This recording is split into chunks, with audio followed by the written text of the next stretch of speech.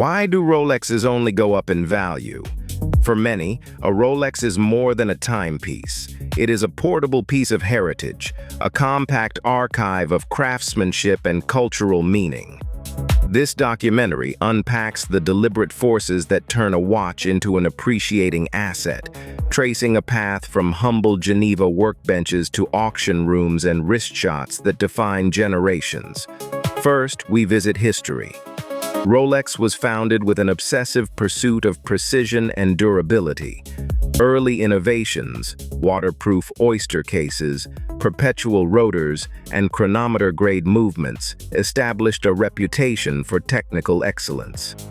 That reputation became a brand promise, repeated, refined, and protected for over a century. Heritage is the first pillar of Rolex value. Lineage, iconic references, and a consistent design language that resists fleeting trends. Next, we examine craftsmanship. Rolex controls nearly every step of production, from metallurgical research to in-house movement, finishing, and case polishing.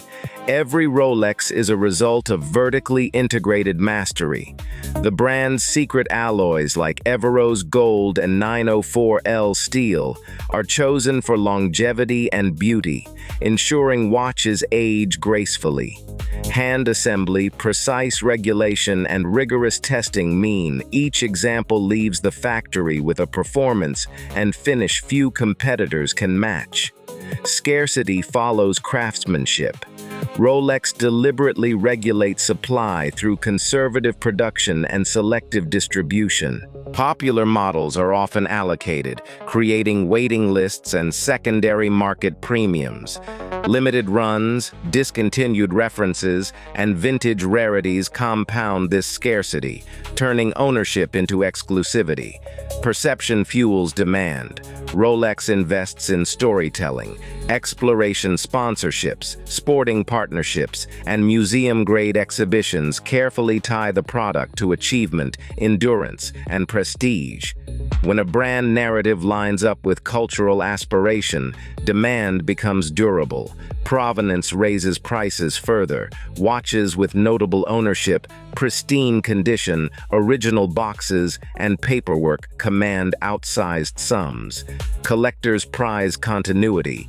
An unpolished case, period-correct dial, and factory-signed clasp tell a coherent history that auction houses reward. The secondary market is sophisticated. Platforms, dealers, and auction houses create transparent price discovery and liquidity. As wealthy collectors, investors, and enthusiasts trade examples, realized prices become reference points that feed back into primary market desirability. Investment dynamics amplify appreciation. Unlike many consumer goods, desirable Rolex models possess low carrying costs, high liquidity, and strong cultural cachet. They do not require maintenance beyond periodic servicing and can be stored easily.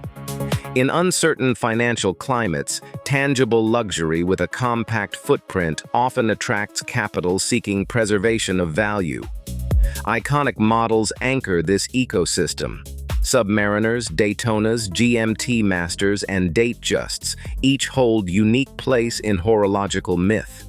Their design cues are instantly recognizable, and certain dial or bezel variations achieve near-mythical status among collectors.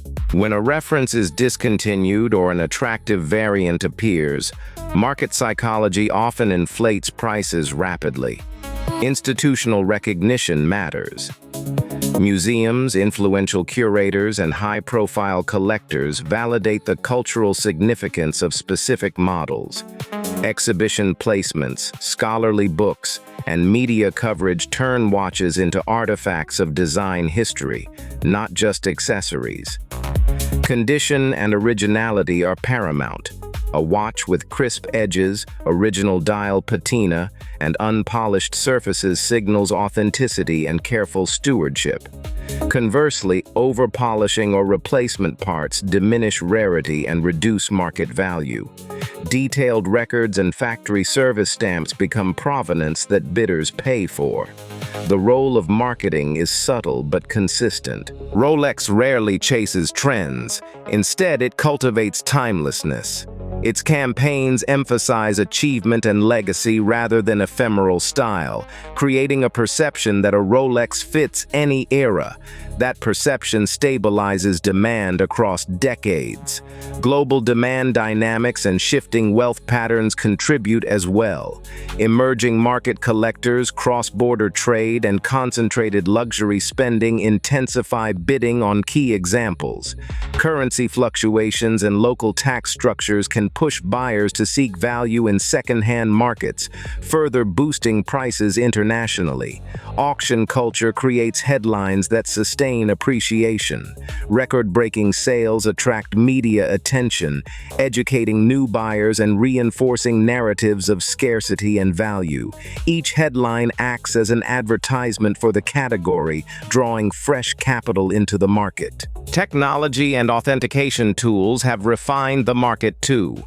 Microscopic examination, serial number databases, and online provenance repositories reduce fraud and increase buyer confidence.